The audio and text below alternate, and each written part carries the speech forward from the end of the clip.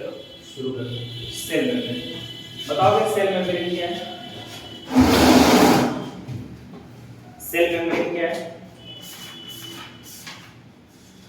कुछ कल्याण कीजिए। मैंने एक डायग्राम बनाया था, ठीक है।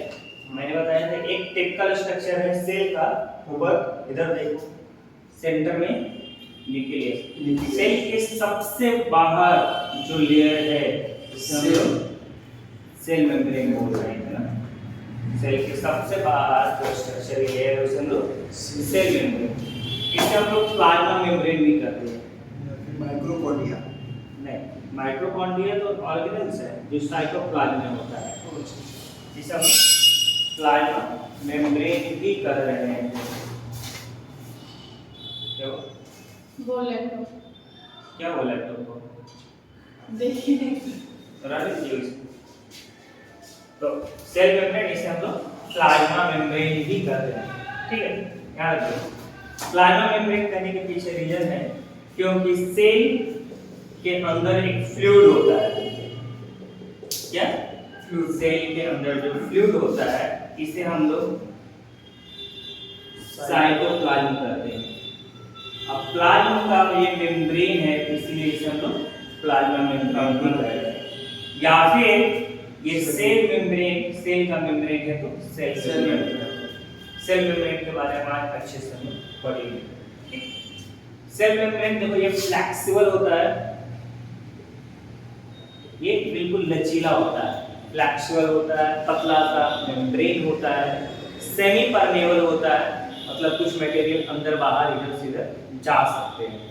क्या कुछ मटेरियल्स अंदर आ सकता है, अंदर से बाहर जा सकता है। अंदर जो फ्लूइड होता है, ये जो प्लाज्मा में देख रहे हैं, ये फ्लूइडी मटेरियल है। अंदर जो फ्लूइड होता है इसे हम लोग आईसीएफ इंट्रासेल्युलर फ्लूइड कहते हैं, और सेल के बाहर जो फ्लूइड होगा उसे हम लोग एसीएफ यानी एक्स्ट्रा सेलुलर फ्लूइड कहेंगे। समझना मेरी बात को? सेल के अंदर जो फ्लूइड होगा उसे आईसीएफ, और सेल के बाहर जो फ्लूइड होगा उसे हम लोग एसीएफ कहते हैं। आईसीएफ का मतलब है इंट्रासेलुलर फ्लूइड और एसीएफ का मतलब है एक्स्ट्रा सेलुलर फ्लूइड। आईसीएफ का मतलब, आईसीएफ का मतलब है इंट्रा सेलुलर फ्लूइड, और एसीएफ का मतलब है इंट्रा नहीं एक्स्ट्रा सेलुलर फ्लूइड। क्लियर? ठीक।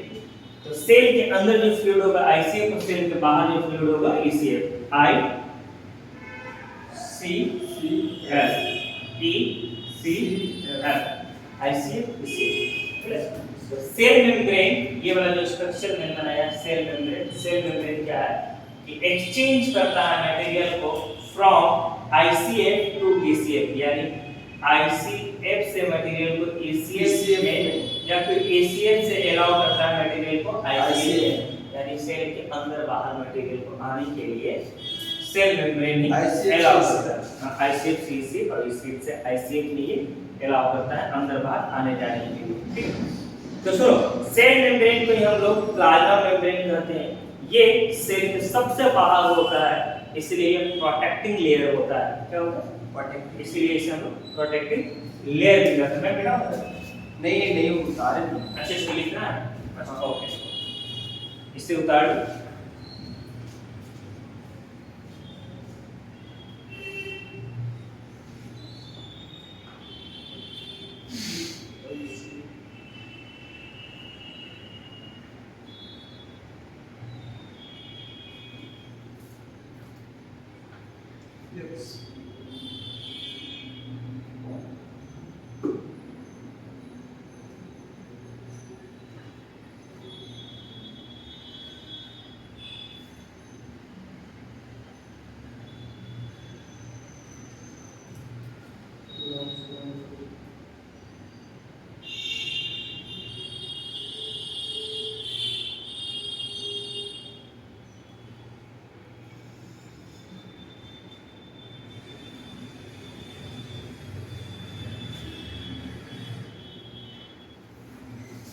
हो गया?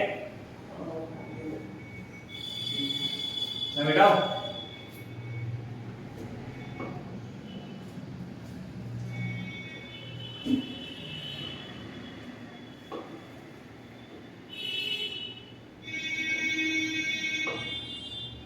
मिटा दीजिए। ओके।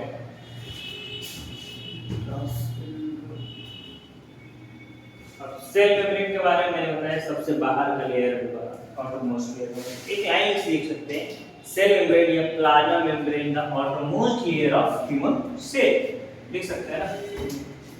तो ईसीएफ को क्या बोले थे? ईसीएफ एक्स्ट्रा सेलुलर फ्लूइड, जो बाहर होगा, आउटसाइड फ्लूइड को ईसीएफ बोलते हैं। तो cell membrane is the outermost layer of cell. Cell membrane क्या है? outermost layer है. It is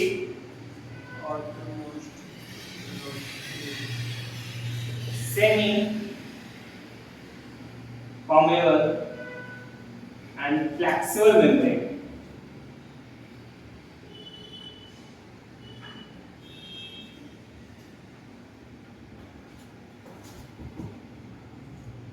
That help in exchange of materials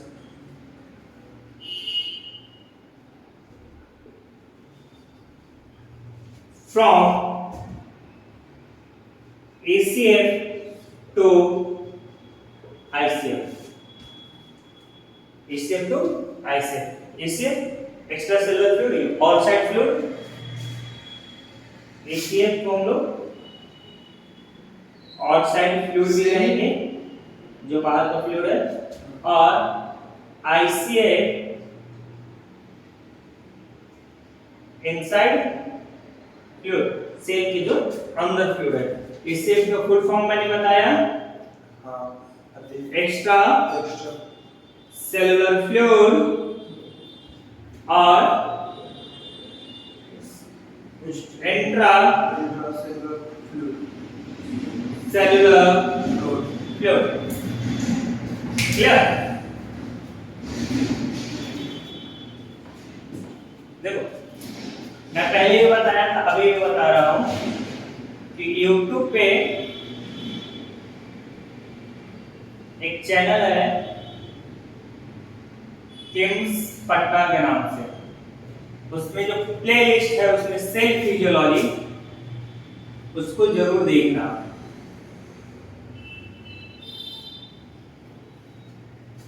वहां पे सारे वीडियोज भी दिखेगा इजीली, आईसीएफ इससे वगैरह सब याद है। क्लियर? राइट।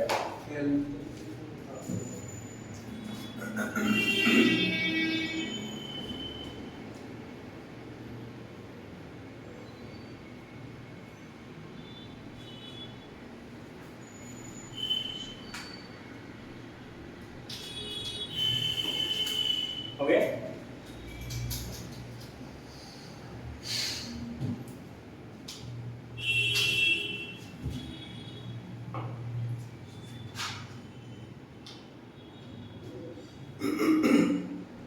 मतलब एक्सचेंज होते रहता है ये मटेरियल ईसीएफ में आईसीएफ। हाँ, देखो समझ लो आराम से मेरी बात। जैसे ये सेल है, एक और सेल ले लिया, एक और सेल ले लिया, तो ये सब के लिए आईसीएफ है यहाँ पे, है। बट इस सेल के लिए ये ईसीएफ हो जाएगा क्योंकि बाहर का है। इस सेल के लिए ये ईसीएफ हो जाएगा, और इस सेल के लिए यही आईसीएफ है, बट इसके लिए ये ईसीएफ है। समझा? और दो सेल के बीच में भी कुछ फ्लूइड होता है, मैट्रिक्स जिसे बोलते हैं। हाँ, समझो, एक सेल, एक और सेल, एक और सेल, तो ये सेल के बीच में भी कुछ स्पेस होता है, ठीक है। और इस स्पेस में फ्लूइड होता है जिसे हम लोग मैट्रिक्स भी बोलेंगे या फिर एक्स्ट्रा सेलुलर फ्लूइड भी बोल सकते हैं। मैट्रिक्स के फॉर्म में होता है इसलिए मैट्रिक्स, और एक तो एक्स्ट्रा सेलुलर फ्लूइड। तो ये मटेरियल एक्सचेंज होता है ना, इस सेल से इस सेल में, इस सेल से यहाँ, यहाँ से यहाँ, यहाँ से यहाँ, यहाँ से यहाँ, यहाँ से यहाँ, ये भी आपस में एक्सचेंज करेगा। ठीक है? तो इस सब में मदद सेल मेम्ब्रेन करता है। क्या करता है? Cell membrane. और एक चीज और देखो इधर,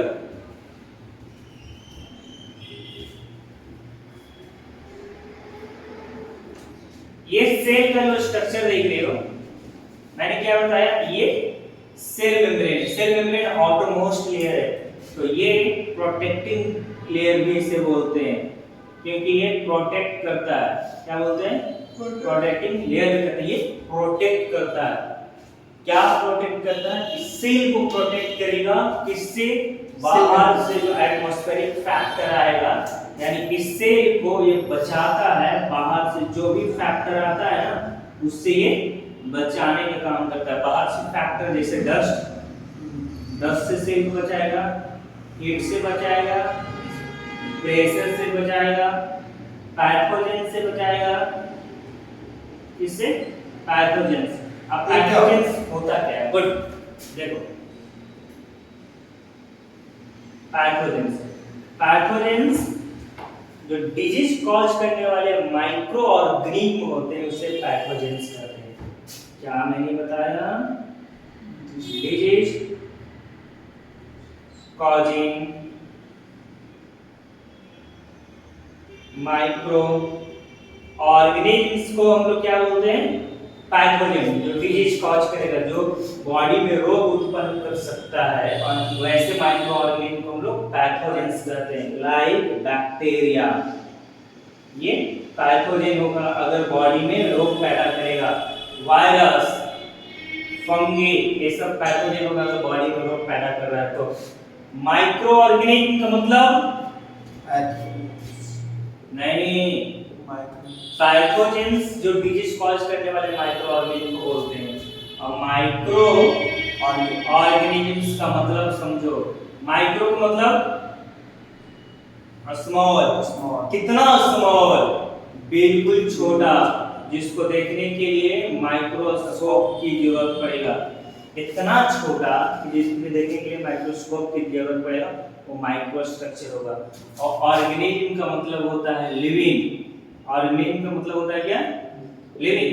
तो वैसा लिविंग ऑर्गेनिज्म जिसको देखने के लिए माइक्रोस्कोप की जरूरत पड़ेगा, उसे माइक्रो ऑर्गेनिज्म कहेंगे। क्लियर?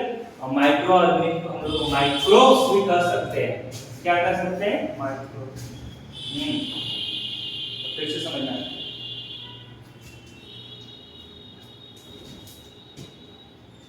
माइक्रो ऑर्गेनिज्म को हम लोग क्या बोल सकते हैं? माइक्रोब्स। माइक्रोब्स बोलो या फिर माइक्रो ऑर्गेनिज्म्स बोलो, both are same. Micro organism मतलब बताया क्या? इतना छोटा है, इसको देखने के लिए माइक्रोस्कोप की मदद लेना पड़ेगा। यानी माइक्रो ऑर्गेनिज्म को डिफाइन करना है तो लिख सकते हैं the organism which can't seen by naked eye। हम लोग नंगे आंख से नहीं देख सकते हैं। एक shape by the help of किसको? माइक्रोस्कोप। माइक्रोस्कोप की मदद से देख सकते हैं, उसे हम लोग माइक्रो ऑर्गेनिज्म कहते हैं। क्लियर है? ऑर्गेनिज्म का दूसरा नाम ऑर्गेनिज्म लिविंग को बोलते हैं। जिसके अंदर जान हो उसको ऑर्गेनिज्म। तो माइक्रो ऑर्गेनिज्म वैसा ऑर्गेनिज्म है जिसको देखने के लिए माइक्रोस्कोप की लिए वैसा। इसके अंदर बैक्टीरिया, ऐसा वायरस वगैरह इस्तेमाल होता है, फंगी वगैरह। क्लियर? अब मैंने एक और वर्ड बताया, पैथोजेंस। पैथोजेंस क्या है? ये डिजीज कॉज करने वाले माइक्रो ऑर्गेनिज्म है जो बैक्टीरिया को disease causing micro organism. Micro organism को हम लोग क्या बोल रहे हैं? माइक्रोब्स। डिजीज का मतलब समझ रहे हो? हिंदी में इसको बोलते हैं रोग। रोग उत्पन्न जो माइक्रो ऑर्गेनिज्म हमारे शरीर में करेगा उसे हम लोग पैथोजेंस कहेंगे। क्लियर? ये नोट में कहीं पे लिखो। पैथोजेंस को ये सारा पॉइंट है ना, ये कहीं तीनों पॉइंट, ये पैथोजेंस हो गया, ऑर्गेनिज्म हो गया, माइक्रोब्स हो गया, ये सब कहीं नोट मिलेगा। फिर सेल का एक और सेल मेम्ब्रेन में जो एक पॉइंट है वो लिखना है, वो लिखेंगे।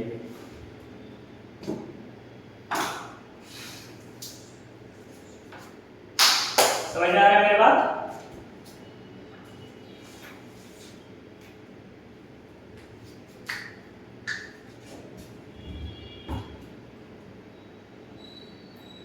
हो गया?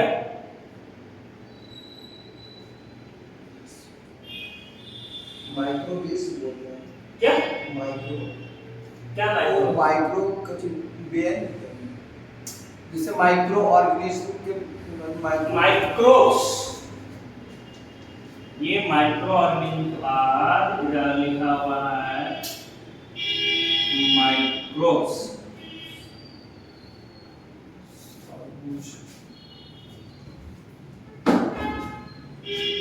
It's clear? आगे बढ़े? मैं बैठा हूँ, मैं बैठा हूँ।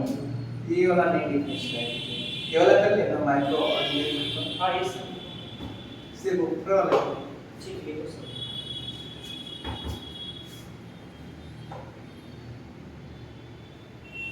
अब वापस आते हैं सेल मेम्ब्रेन। तो सेल मेम्ब्रेन मैंने बताया क्या, सेल का ऑलमोस्ट लेयर है जो क्या करेगा, सेल को प्रोटेक्ट भी करता है, बचाता है, ठीक है। तो सेल मेम्ब्रेन कंटिन्यू कर लेना। सेल मेम्ब्रेन में, cell membrane protect the cell from atmospheric factors, बाहर का फैक्टर्स से बचाता है, like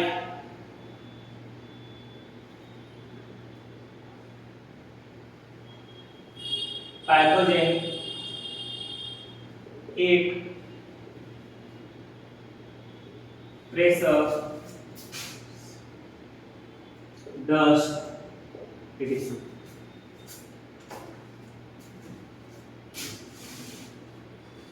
क्लियर? हाँ बोलो। माइक्रोस्कोप माइक्रोस्कोप सेल मेम्ब्रेन का ये डिफिनेशन है। नहीं, सेल मेम्ब्रेन का जो डेफिनेशन देख रहे थे उसमें ये लाइन ऐड कर दो। सेल मेम्ब्रेन का जो डेफिनेशन देख रहे थे वो लाइन उसमें ऐड कर दीजिए।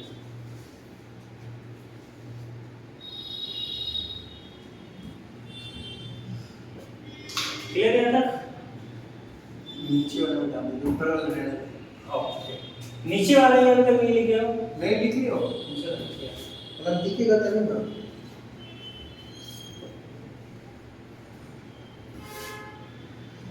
अब बात करेंगे सेल मेम्ब्रेन के स्ट्रक्चर के बारे में। इसके बारे में इलेक्ट्रॉन माइक्रोस्कोप के अंदर सेल मेम्ब्रेन को देखेंगे।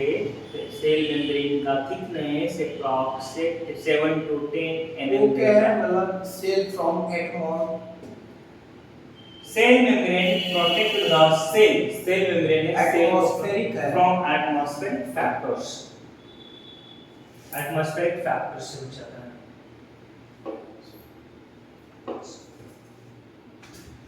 सबको समझ में आ रहा है ना? हाँ। ये क्या होता है? Atmospheric factor.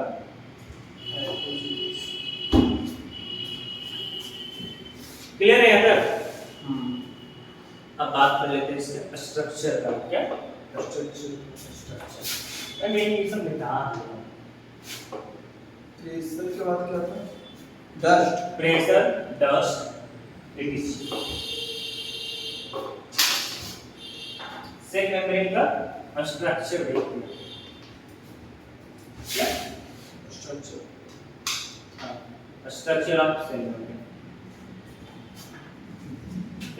लाइट माइक्रोस्कोप के अंदर सेल मेम्ब्रेन को दिखेगा, सेल मेम्ब्रेन को, तो ये 3 लेयर का बना हुआ दिखेगा।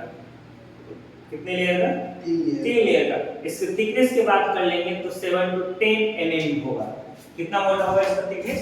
10। थिकनेस 7 to 10 एन इतना मोटा होगा। नैनोमीटर। हाँ, और ये क्या होगा? ट्राई लेयर होगा। क्या होगा? 3 लेयर का बना हुआ। ठीक है, और इसमें कंपोजिशन भी देखेंगे तो 3 लेयर का बना हुआ, जिसमें कार्बोहाइड्रेट होगा,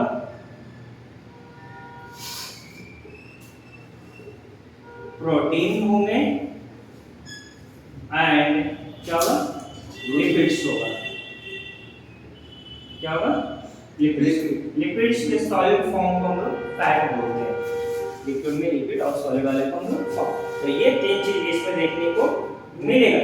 सेल मेम्ब्रेन का कंपोजिशन की बात कर लेते हैं तो कार्बोहाइड्रेट 5%, प्रोटीन 55 और लिपिड्स 40% होगा। समझ लेना, कार्बोहाइड्रेट 5%, ठीक है, लिपिड्स 40% और रेस्ट आपका प्रोटीन देखेंगे तो 55% होगा। इसको हम लोग फास्फोलिपिड लेयर भी बोलते हैं। समझना, फास्फेट और लिपिड का बना हुआ होता है, इसलिए इसे हम लोग फास्फोलिपिड लेयर बोलते हैं। डेंस लेयर होगा, इलेक्ट्रॉन माइक्रोस्कोप में देखेंगे तो ये डेंस लेयर होगा और ये तीनों लेयर मिलकर 2 लेयर में बना होता है। समझना मेरी बात को। अगर सेल मेम्ब्रेन जैसे ये सेल है ना, इस वाले पार्ट को सेपरेट करके बाहर निकाल दें, बाहर निकालेंगे लाइट माइक्रोस्कोप के अंदर देखेंगे तो ये कुछ इस तरीके से दिखेगा। ये क्या है? कुछ इस तरीके से। ये जो मैं बना रहा हूं ये कुछ इस तरीके से दिखेगा।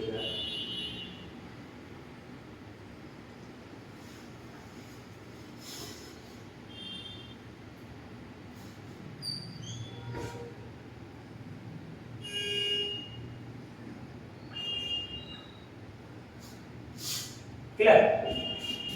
एक लेयर, 2 लेयर और 3 लेयर, या फिर ये इजीली 2 लेयर में डिवाइडेड दिख रहा है ना। प्रोटीन लेयर, लिपिड का लेयर, प्रोटीन का लेयर और इसमें कुछ कार्बोहाइड्रेट इसके सरफेस पे कार्बोहाइड्रेट्स का मॉलिक्यूल्स दिखेगा। क्लियर? अब आते हैं सेल मेम्ब्रेन के स्ट्रक्चर की बात कर लेते हैं। तो सेल मेम्ब्रेन जो बना होता है जनरली इलेक्ट्रॉन माइक्रोस्कोप के अंदर देखेंगे तो ये 3 लेयर का बना हुआ है, जिसका थिकनेस 7 to 10 नैनोमीटर दिखेगा। ठीक है, और ये 2 लेयर के जरिए 2 डेंस लेयर में ये सेपरेट दिखता है। और इसकी कंपोजिशन की बात कर लेते हैं तो इसमें कार्बोहाइड्रेट, प्रोटीन और फैट मिलकर बना होगा। प्रोटीन 55% होगा, लिपिड्स देखेंगे तो 40% होगा और कार्बोहाइड्रेट देखेंगे तो 5% होगा। इस सेल मेम्ब्रेन को मॉडल को अच्छे से समझने के लिए हम लोग फ्लूइड मोज़ाइक मॉडल देखते हैं। Fluid mosaic model cell membrane को समझने के लिए अच्छे से देखते हैं। तो पहले हम लोग स्ट्रक्चर में कुछ पॉइंट हम लोग लिख लेते हैं। ठीक है, स्ट्रक्चर में हम लोग डिफाइन करना होगा तो हम लोग इजीली डिफाइन कर सकते हैं।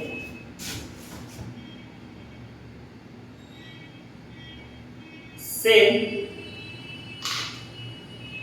Membrane is tri-layered structure that composed of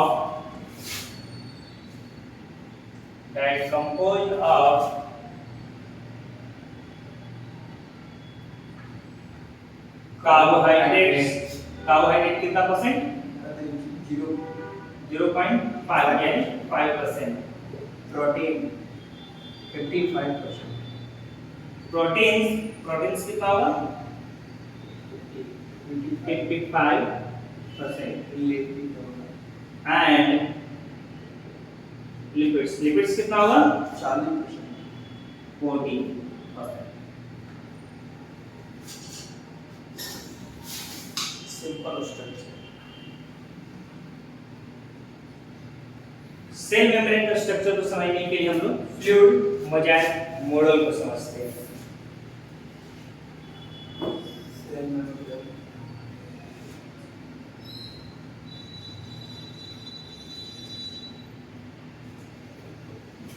हो गया? टाइम कितना हो रहा है?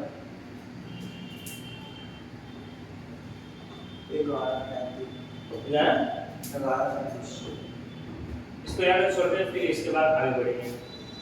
ठीक, सिंगर और निकोलसन ने कैसे फ्लूइड मोजाइक मॉडल दिया था, हम नेक्स्ट क्लास में डिस्कस करते हैं।